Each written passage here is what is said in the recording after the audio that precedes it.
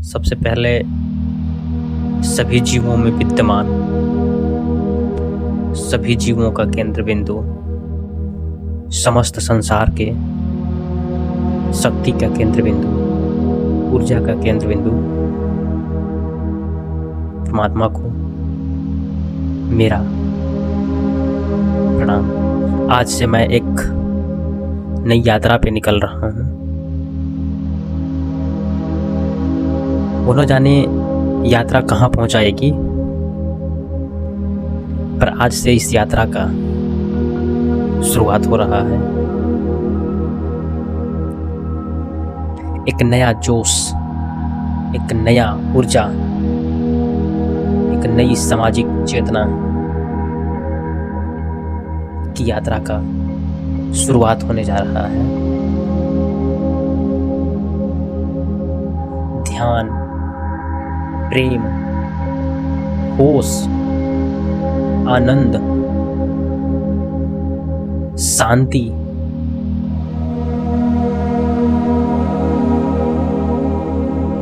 के संगम की यात्रा का शुरुआत होने जा रहा है।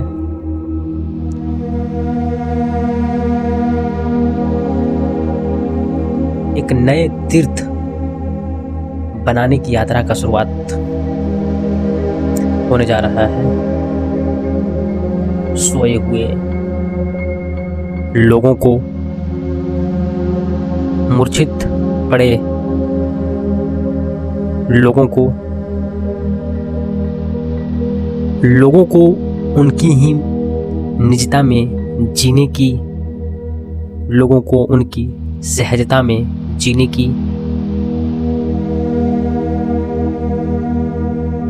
यात्रा का शुरुआत होने जा रहा है।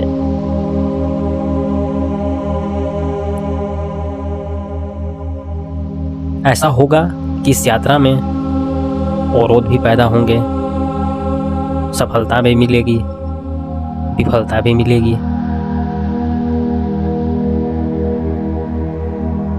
इस यात्रा का उद्देश्य न सफलता से है और न ही विफलता से है। इस यात्रा से परिवार वाले दुखी होंगे जरूर। वे जो हमसे आशाएं, अपेक्षाएं जो बांध रखे हैं, इस यात्रा का विरोध समाज, परिवार, पंडित, पुरोहित, मौलवी, पादरी आदि करेंगे। ये कोई यात्रा सामान्य यात्रा नहीं है। ये कोई यात्रा बाहर की यात्रा नहीं है। ये यात्रा अंतः की यात्रा है। ये यात्रा तुम्हारे केंद्र की यात्रा है।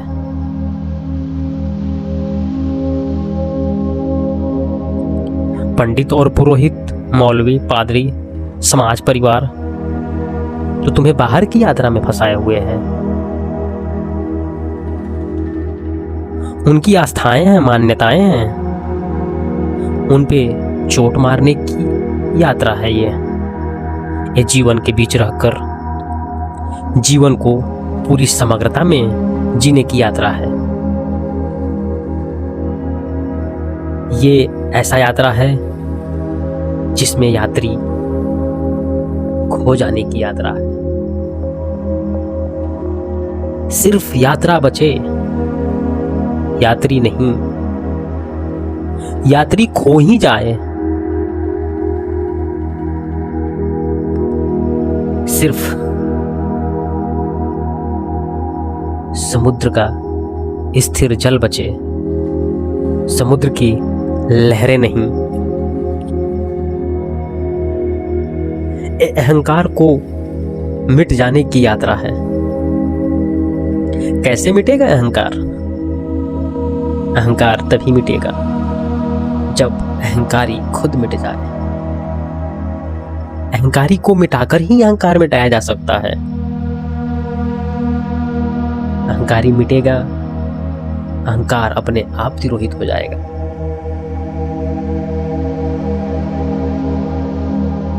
ये किसी सम्मान पाने की यात्रा नहीं है। या फिर अपमान से दुखी होने की यात्रा नहीं है। ये किसी सुख की आकांक्षा की यात्रा नहीं है। ये किसी दुख की चिंता की यात्रा नहीं है। नहीं ये किसी प्रेम की चाह की यात्रा है। नहीं घृणा की क्रिया की यात्रा है।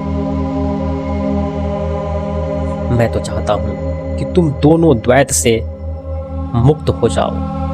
ये मुक्त होने की यात्रा है। ये तुम्हारे मोक्ष की यात्रा है। मैं तुम्हें सम्मान अपमान सुख दुख अंधकार प्रकाश स्वर्ग नरक प्रेम घृणा की यात्रा में न फंसाना चाहता। ये मुक्ति की यात्रा है। मैं चाहता हूं तुम वासनाओं से मुक्त हो। तुम वासनाओं को साक्षात्कार करो। तुम वासनाओं का साक्षी भाव बन जाओ। तुम पूरे जीवन को होश पूर्वक जीवो।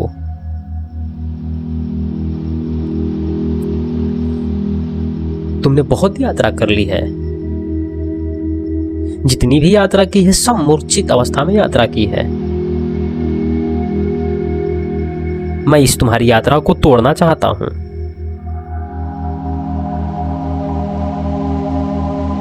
मैं चाहता हूं तुम अपने केंद्र बिंदु की तरफ लौटो। तुम अपने शून्य भाव में विराजमान हो। मैं चाहता हूं तुम वहां जाओ जहां सब कुछ समाप्त हो जाए। न मन बचे न विचार बचे न कामनाएं बचे न तृष्णा के भाव उठे। ये निर्विचार की यात्रा है। जैसे जैसे धीरे धीरे तुम अपने भीतर जाओगे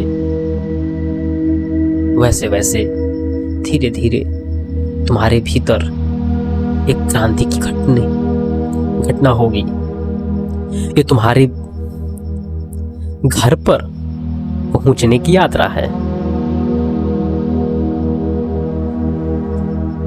ये बाहर की यात्रा नहीं है।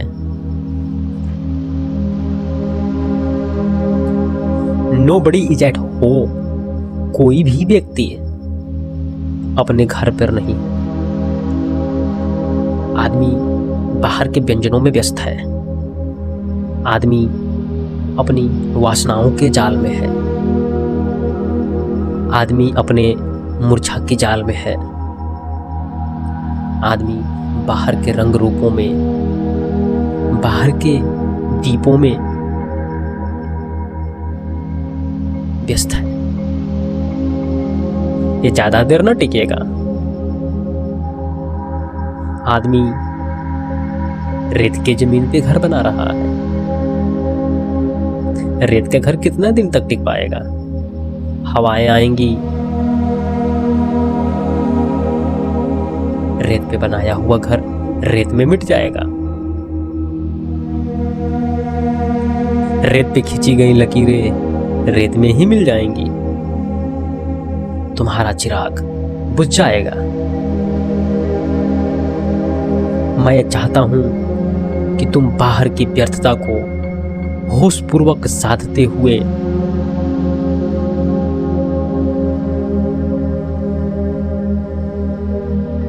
अपने यात्रा की दिशा को भीतर की तरफ मोड़ो। अपने घर वापस लौटो जहां के तुम हो। तुम्हें पता ही नहीं है कि तुम कहां के हो। तुमने तो वासनाओं को ही अपना घर मान लिया है। इसलिए ही तुम इधर उधर भटक रहे हो। तुमने अभी कभी भी अपने घर जाने का प्रयत्न ही न किया।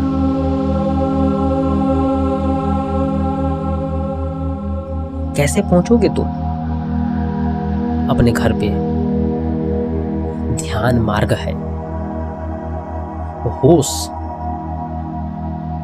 मार्ग है, प्रेम मार्ग है, करुणा मार्ग है अपने घर पर पुनः वापस लौटने की, भीतर घर की तरफ मुड़ने की। अपने भीतर के सागर में छलांग लगाओ तो ही मोती मिलेगी।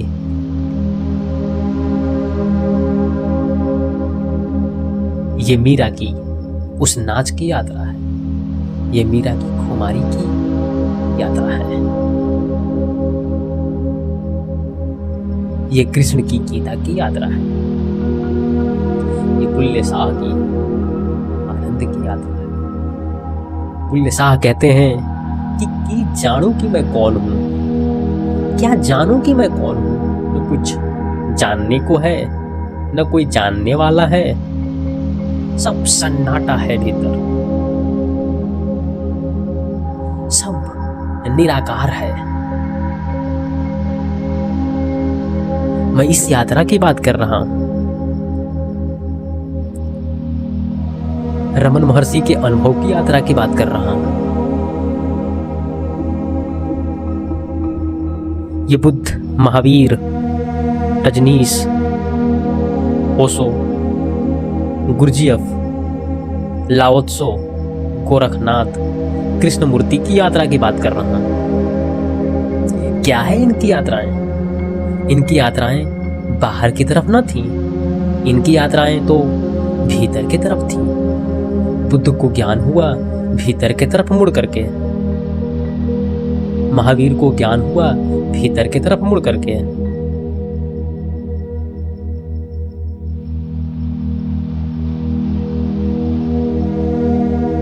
कृष्ण को ज्ञान हुआ प्रेम की यात्रा करके। बुद्ध, महावीर, रजनीश, ओशो, गोरखनाथ को प्राप्त हुआ ध्यान की यात्रा करके। गोरखनाथ तो कहते हैं मरो हे साधो मरो। किस चीज की मरने की बात कर रहे हैं गोरखनाथ? गोरखनाथ तुम्हारे अहंकार को मिट जाने की बात कर रहे हैं। गोरखनाथ तुम्हारी वासनाओं को मिट जाने की बात कर रहे हैं।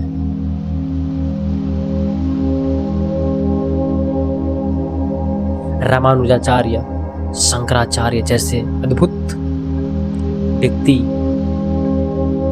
जिन्होंने अद्वैत वेदांत की धारणा को स्थापित किया, मैं उनके अनुभवों की बात की यात्रा कर रहा हूं। यह कृष्ण की आसक्ति से रहित की यात्रा है।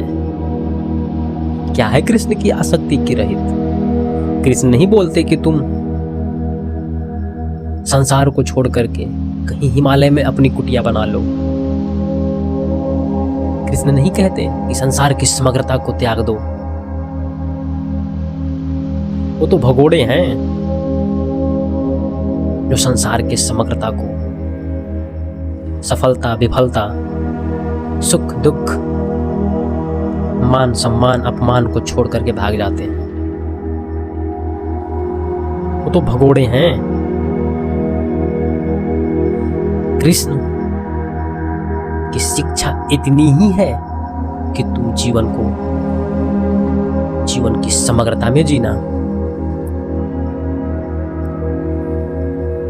समग्रता में जीना, भोगी बनना, लेकिन योगी होते हुए। अगर आपको अपनी मनपसंद वस्तु को त्यागनी पड़ जाए तो इसमें एक क्षण का भी संकोच मत करना, नहीं तो वही संकोच तुम्हारी यात्रा का बाधा बन जाएगा। ये बूंद से सागर की यात्रा है, ये बिंदु से सिंधु की यात्रा है। जब बूंद को अगर जानना है कि सागर क्या है, तो बूंद को मिट जाना होगा, तो तुम्हारे अहंकार को मिट जाना होगा, तुमको खुद को मिट जाना होगा, तो ही जान पाओगे कि सागर क्या है। तुम बिना मिटे सागर को नहीं जान सकते।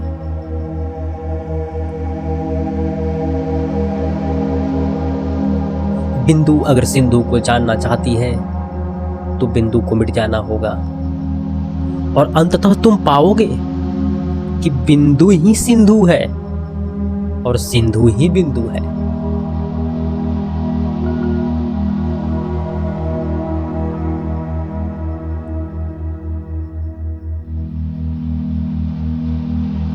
ये ऐसी यात्रा है जिसको शब्दों में हम ना बांध पाएंगे। शब्द तो बहुत छोटे पड़ जाएंगे। इसलिए मैं कहना चाहूंगा, जिसको प्यास है वो जल को जानने में मत लग जाना, तर्क में मत बन जाना, शब्दों में मत उलझ जाना। प्यास है, पानी पीना, अपनी प्यास बुझाना। अगर पेड़ पौधे ये जानने में लग जाएं कि पानी क्या है, तो वो अपने जीवन पर्यंत न जान पाएंगे। उन्हें तो इतना ही पता है कि प्यास है, पीने से बुझेगी, जानने से ना बुझेगी।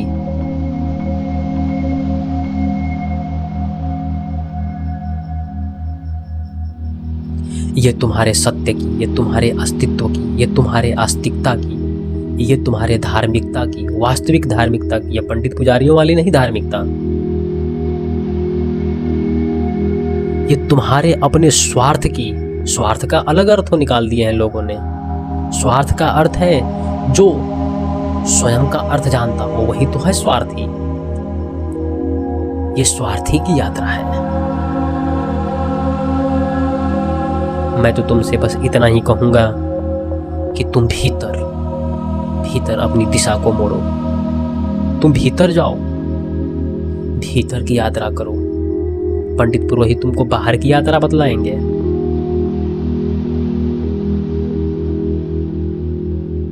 समाज तुम्हें बाहर की यात्रा करने को कहेगा। मैं तुमसे इतना ही कहूंगा कि तुम भीतर लौटो, भीतर ही डूबने से हीरा मिलेगा।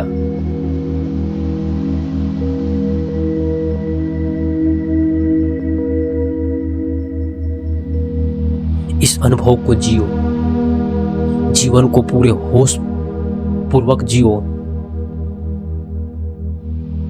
जीवन की गहनता को, समग्रता को, उसके पूर्ण समग्रता में जीना। बाहर मत भागना, कोई वस्त्र धारण मत कर लेना, सभी वस्त्र उसके हैं, सभी प्राकृतिक ही उसकी है। उससे तुमसे कैसा भेद? तुम भी प्रकृति के ही हिस्सा हो। तुम पहचानो तो सही, ये उसी को, ये उसी अद्वैत को पहचानने की यात्रा है। द्वैत बचा ही न रह जाए, सब कुछ अद्वैत हो जाए। ये उसी अद्वैत की यात्रा है, ये उसी अद्वैत को पहचानने की यात्रा है। हम शब्दों से उसे ना जान पाएंगे, इसलिए मैं अब निशब्द होना चाहूंगा। हम विचारों से उसे ना जान पाएंगे, इसलिए मैं अब निर्विचार होना चाहूंगा। ये कैसी यात्रा है? कौन सी यात्रा है? जिसको प्यास लगी होगी वो अपना इस यात्रा से प्यास बुझाएगा। अंततः मैं सभी में उपस्थित परमात्मा को प्रणाम करता हूँ, प्रार्थना से प्रार्थना करता हूँ कि जो लोग जान सकते हैं थोड़ा उनको जानने में सहायता प्रदान करना।